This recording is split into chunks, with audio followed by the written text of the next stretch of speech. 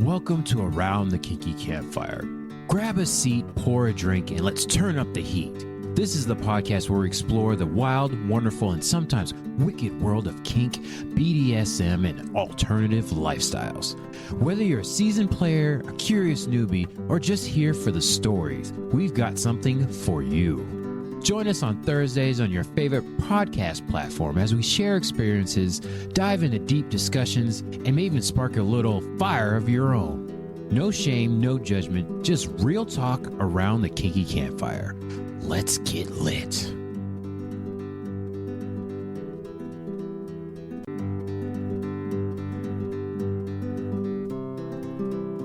Welcome back, everybody. This is another episode of Around the Kinky Campfire. This is your host, the supple, I like that word, the supple H.H. Julius Marquise, or just Julius if you're feeling less formal. Once again, I have another great topic here for you guys and everybody in between. You people, my campsters, I have another episode here for you. But before we get started, once again, do the ASMR 2 seconds. It's just going to keep getting shorter. So I have my drink from before, and of course the YouTube doesn't like when you drink on camera, so it is an adult beverage that is berry flavored. Let's just go with that, all right? Once again, not sponsored, the Berry Monkey. If you know what that is, 9.5. Okay, so we're going to start the ASMR seconds in 3, 2, 1.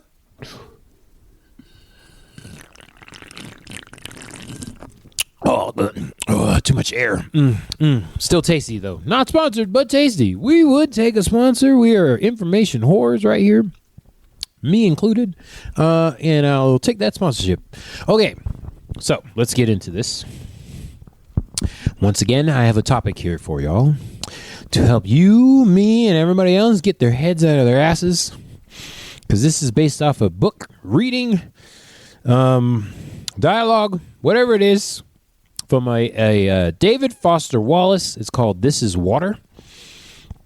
I'll put the article that I'm reading this from about it's like a review of the book, a synopsis of the book. Put that in the description, hopefully. The new episodes of the podcast will be on noon Eastern on Thursdays. And the YouTube video episodes will hopefully be on Fridays, if I upload it correctly. All of this is with an asterisk. Hopefully we do all of that. Okay. So, I'm going to explain this meme, and then hopefully I'll remember to put it in the video.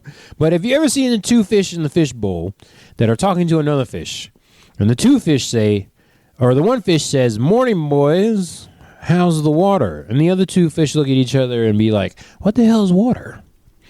All right, so when I saw that meme, that hit me very, very hard, because I was like, what is water? Because once you're in something, as like a fish, you don't realize what's going on around you. You're literally in water, but some people know that they're in the water, and they make a comment about their water situation or their environment. And everybody else is just going through the motions and not thinking about why they're doing it or how they got there. Yummy. And what they can do to improve their situation. It's very interesting to me. So this is why the meme hit hard, and then also I'm like, oh, there's a whole book behind this whole entire thing? Let me give you a little bit of history. This is Water, some thoughts delivered on a significant occasion about living a compassionate life. Okay, so that's the full title of the book. It was based off an essay by David Foster Wallace in May 21, 2005, where he gave a commencement speech to Kenyon College. Kenyon College. I was going to say Kenyon University. No, Kenyon College. He gave a commencement speech. So it's almost 20 years old now. It was stretched to a book format in 2009, and then Time Magazine ranked This Is Water amongst the best commencement speeches ever delivered. Okay, so little cliff note here, little editor's note, host note to all y'all. I have not read the book, but I've watched podcasts about it and read this article that was like a synopsis of it. But I will get to the book. If you want me to get to the book and reply to the book, review the book, react to the book, let me know in the comments below. if you're watching on YouTube. And then actually Spotify has comments now too. So let me know about that. And then definitely hit me up on Instagram and send me an email. Let me know what you think. All right, especially if you've heard of this book before. Okay. Main points of the book. Most obvious, ubiquitous, important realities are often the ones that are the hardest to see and talk about. Everybody heard this. Everybody. Most people have heard of this movie called The Matrix. Okay, if you don't know about The Matrix, robots have taken over the world. AI has infected us, which will be happening in like 5 years or so. Less than 5 years, actually, 2030. Good Lord, time's flying by. It's like halfway. Well, March is pretty much over by the time you guys are hearing this.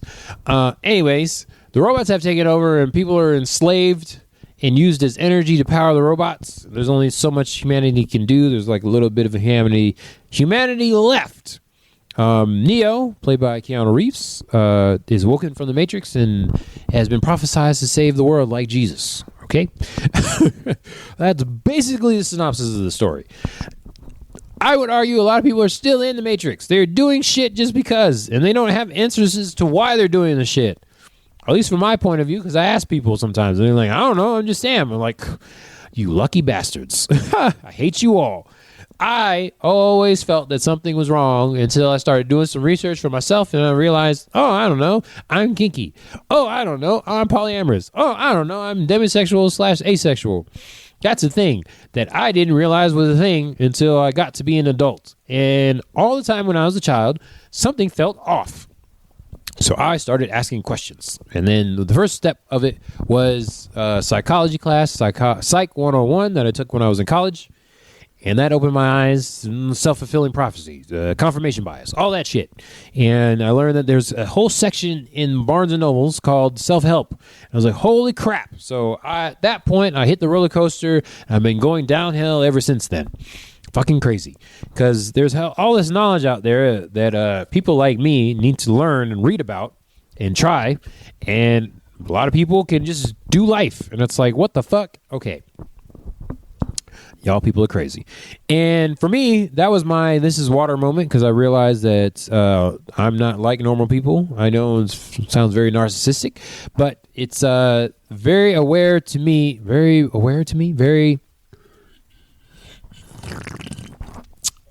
obvious to me that I think differently. And of course, a lot of people think this way, but it's just so many facts. And it's not really like, oh, me versus them type of deal. No, it's like, okay, I think a different way, so we must adapt.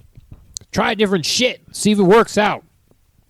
Getting closer every year to all the different things. And I come across a book like this, and I'm like, oh, there's other people that feel this way too. I feel seen.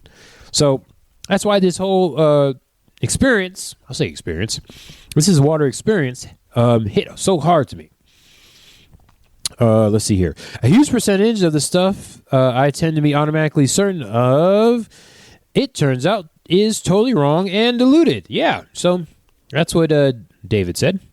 And I feel the same way. Yep. Everybody's living their own little subjective world and not realizing that people have other experiences. And it's like, oh, yeah, I just spit all over my microphone. Oh, yeah, I'm not the only one that thinks this way. And also, people have different experiences. Shit happens. Okay, everything in my own immediate experience supports my deep belief that I am the absolute center of the universe and the most important person in existence. Yeah, world revolves around Julius, but that is wrong. Okay. We rarely talk about this sort of natural basic self-centeredness because it's so socially repulsive, but it's pretty much the same for all of us deep down. If y'all haven't realized that yet, I am so sorry for you, but that's 100% a thing. And yeah, that is definitely one of those this is water moment where you realize, oh, the world doesn't revolve around me. And it's like, oh, other people think the same way too. Okay, let me show a little bit more empathy and compassion for people, because everybody's the main character in their own movie. That's another thing I had to learn, a phrase that I learned recently. Everybody's main character.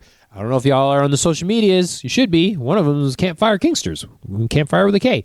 And Main character energy is a memeable word, term, whatever, that people have.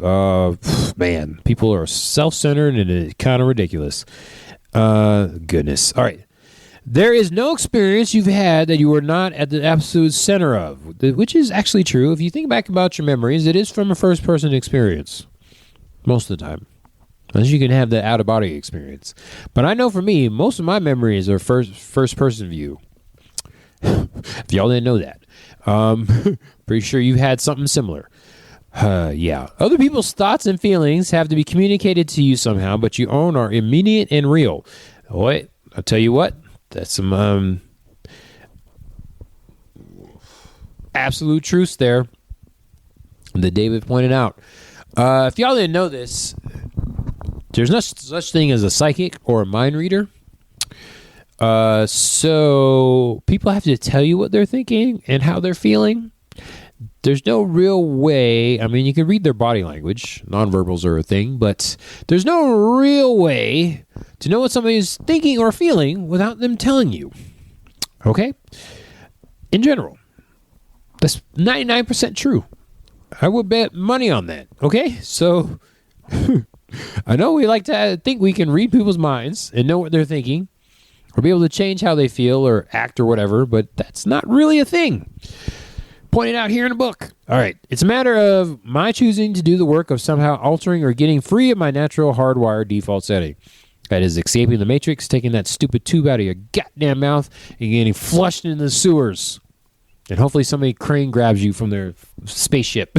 Their spaceship? Ship. Hover ship. Yeah, that's the thing. They grab you from their hover ship. Good Lord. Ugh. Okay. Yeah, gross. The self-centeredness is just, hate that I thought that way, but I've awoken now. I know better. Still hard to fight sometimes, but I, like you, slip in and out of it. The thing that there are obviously different ways to think about these kinds of situations, yes, is actually who I am in his way. What? Okay. It is actually I who am in his way. In your own way? That was weird. Let's see here. Give yourself a choice. You can choose to look differently. That's another thing, too, is people don't realize they have a choice. Like, oh, I suck at this. How about you try getting better? Most of the shit that people say that, like, I'm not good at is a skill they haven't learned. They didn't realize they needed to learn, or they haven't tried to get better at. And it's like, yeah, you can get better. You're not going to be perfect because there's no such thing as perfect, but you can always get better if you actually try. It's a choice you have. You literally have a supercomputer in your pocket. You can look shit up and try different things. There are other people, once again, that have gone through the shit that you have. What are we doing? It just depends on what you want to consider or try or research. Not considering possibilities that aren't pointless and annoying. You have other options. It is within your power to experience a hell-type situation or heaven-like situation, and you can change it. It's 100% possible. The only thing that's capital T true is that you get to decide how you're going to see it. You get to consciously decide what has meaning and what doesn't. I mean, it's right there. It's really right there. That's it. You get to decide this. Confirmation bias is a thing. If you decide the thing, and then it will happen as the thing. Okay. He argues that there's no such thing as atheism. Only choice we get is what to worship. Never feel you have enough, and we all know this stuff already. There's no such thing as atheism. Let's see. There are unconscious default settings. Yes. The kind of worship you slip into, getting more selective about what you see and how you measure value without being aware that's what you're doing. Yeah. Goodness. Yeah. Yep. That's how it is. Let's see. The world of men hums along on fear and contempt and frustration and craving the worship of self. Eesh. Yeah, we got to break free of this stuff. Okay? That's how it is. Got to break free of this stuff. There's nothing to it but do it. I said it before and I'll say it again. We gotta wake up from what we're going through. This is one of those episodes where it's like, well, duh. Probably going to be a shorter one because there's not a whole lot to say here. There's just so much doing of the thing that we got to do. And that's just how it is, campsters. Okay? All right, let me finish up here. Real freedom involves attention and awareness and discipline and effort and being able to truly care about each other and to sacrifice for those things. None of this is about morality or religion or dogma or big fancy questions of life after death. Simple awareness, to keep reminding ourselves over and over that this is actually water. So, I kind of wanted to talk about this because it kind of wraps up what I've been talking about throughout this whole entire time I've been doing the podcast, is you have to really, really, truly be comfortable with being uncomfortable. I keep saying it over and over again, sometimes jokingly, sometimes serious, but it's like, once again, here it is. This is Water, another book about getting your head out of your ass, trying new things. I want to do that so much. And help people get out of their own way. This topic is kind of my confirmation bias that other people are thinking the same way. And yeah, this is so good. I recently, actually like a month or two ago now, by the time this episode comes out, taught a class on relationship anarchy. I will put that class on the YouTubes, chop it up into smaller videos and put the whole class on there if you want to go ahead and watch that. But that is me trying something different and putting information out there for people. The class was on relationship anarchy, and y'all know I've talked about it before because I am a practitioner of relationship anarchy. The whole philosophy of relationship anarchy and everything that goes into it. And hopefully y'all will learn something and also try stuff. There's a bunch of tenets, like 9 of them, for relationship anarchy. Try them all, at least 1 or 2, and see how it works for you. And hopefully when you watch the class or look it up yourself, that you have something that will help you to grow and you've learned from, and try it out. Okay, so a little bit shorter episode this time because I feel like there's not too much to go into depth about This is Water. Hey, water pun. And hopefully you get nice and deep, 20,000 Leagues Under the Sea, as far as that's concerned. And go check the book out. I will read the book and react to it. If y'all want me to, let me know in the Instagrams. Y'all hear it at the beginning and the end of this podcast with all the social medias and stuff, or send me an email on the Yahoos. But that's all for now. This is the superfluously splendid H. Julius Marquise, or just Julius if you're feeling less fancy. Once again, I will put the link for this article reaction in the description below. And go ahead and check out the new episodes on Thursdays, noon Eastern, and video episodes on Fridays, hopefully with an asterisk next to there. But that's all for now. Catch us next time. Hello.